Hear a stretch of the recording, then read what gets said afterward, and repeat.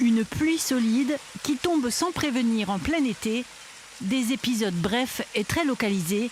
La taille des grêlons surprend toujours.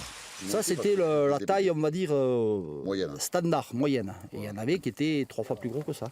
À Bougeant-sur-Libron, près de Béziers, les viticulteurs font un douloureux constat. Tous les raisins éclatés, des impacts, même là, quand on regarde de près, il est tout vert. Des grains de raisin éventrés par la grêle, des bois déchiquetés. Sur une dizaine d'hectares, ce vigneron sait qu'il a perdu à minima 70% de sa récolte.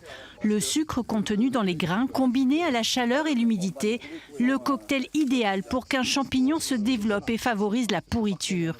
Il va tenter le tout pour le tout. On va traiter avec des cuivres pour cicatriser dès cette nuit. Et il faut sécher en espérant que le vent du nord tienne pour que ça cicatrise naturellement, on va dire.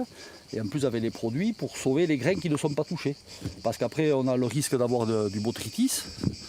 Et donc il faudra vendanger rapidement. Surtout qu'ici, là, tout le plateau, ce sont des terres très qualitatives.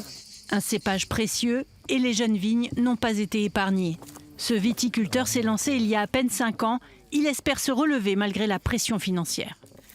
Je vais faire appel à mon assurance pour avoir une expertise rapidement en souhaitant que mon assurance puisse pallier à ce manque de rentrée financière et par rapport à l'an prochain aussi une grosse inquiétude vu que les bois sont vachement abîmés. Je vais demander qu'on classe notre village en catastrophe naturelle pour essayer de limiter, surtout pour ceux qui sont assurés, que les experts puissent venir attester des dégâts.